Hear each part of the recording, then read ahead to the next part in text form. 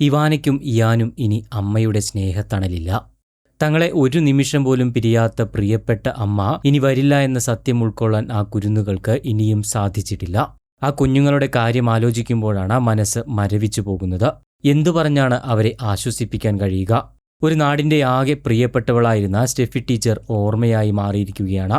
Steffi ടീച്ചറുടെ ദാരുണമായ മരണം ആ കുടുംബത്തെ ഒന്നടങ്കം തീരാവേദനയിലേക്കാണ് തള്ളിവിട്ടിരിക്കുന്നത്. ടീച്ചറെ അവസാനമായി കാണാനായി സ്കൂളിലെ വിദ്യാർത്ഥികളും അധ്യാപകരുമെല്ലാം ഒഴുകിയെത്തുന്ന കാഴ്ചയും അവിടെ കാണാനായി. ടീച്ചറുടെ ക്ലാസ്സിലെ ഒഴിഞ്ഞുകിടക്കുന്ന കസേര നോക്കി ടീച്ചറുടെ കുരുന്നുകൾ വിതുമ്പുമ്പോൾ അവരെ ആശ്വസിപ്പിക്കാൻ സഹപ്രവർത്തകർക്കൊന്നും കഴിയുന്നുണ്ടായിരുന്നില്ല. കാരണം എല്ലാവരോടും അത്രമേൽ ചേർന്ന് നിന്നിരുന്ന ഒരു വ്യക്തി കൂടിയായിരുന്നു സ്റ്റെഫി ടീച്ചർ.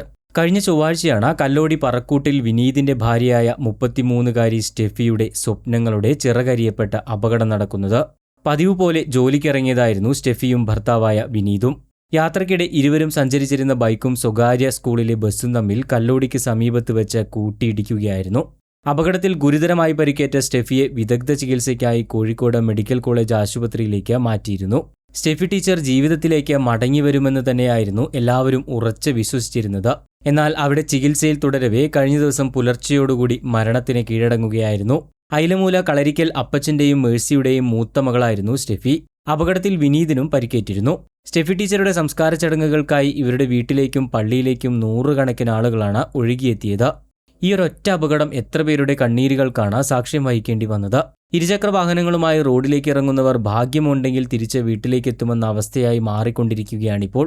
നമ്മൾ എത്ര തന്നെ സൂക്ഷിച്ചാലും എത്ര റോഡിന് ഇടതുവശം ചാരിപ്പോയാലും അപകടം സംഭവിക്കില്ല എന്നതിന് ഒരു ഗ്യാരണ്ടിയുമില്ല.